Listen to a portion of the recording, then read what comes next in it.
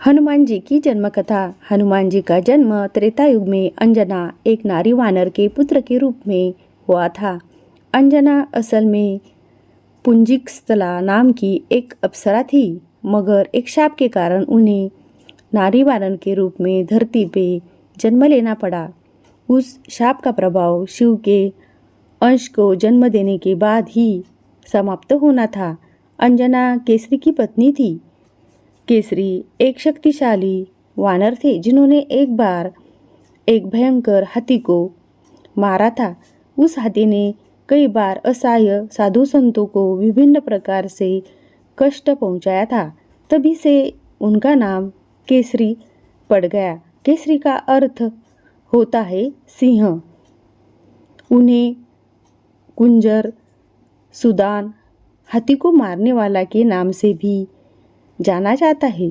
संक्षिप्त हनुमान कथा। केसरी के संग में अंजना ने भगवान शिव की बहुत कठोर तपस्या की, जिसके फलस्वरूप अंजना ने हनुमान शिव के अंश को जन्म दिया।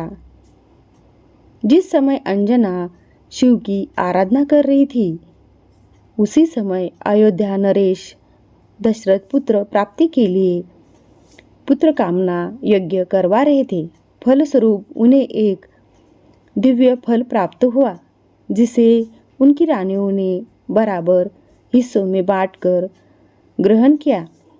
इसी के फलस्वरूप उन्हें राम, लक्ष्मण, भरत और शत्रुघ्न पुत्र रूप में प्राप्त हुए।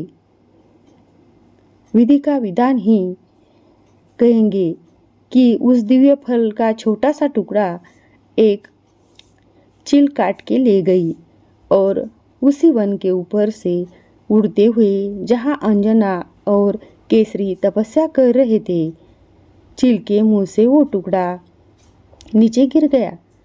उस टुकड़े को पवन देव ने अपने प्रभाव से याचक बनी हुई अंजना के हाथों में गिरा दिया। ईश्वर का वरदान समझकर अंजना ने उसे ग्रहण कर लिया, जिसके फलस्वरूप उन्होंने पुत्र के रूप में हनुमान को जन्म दिया।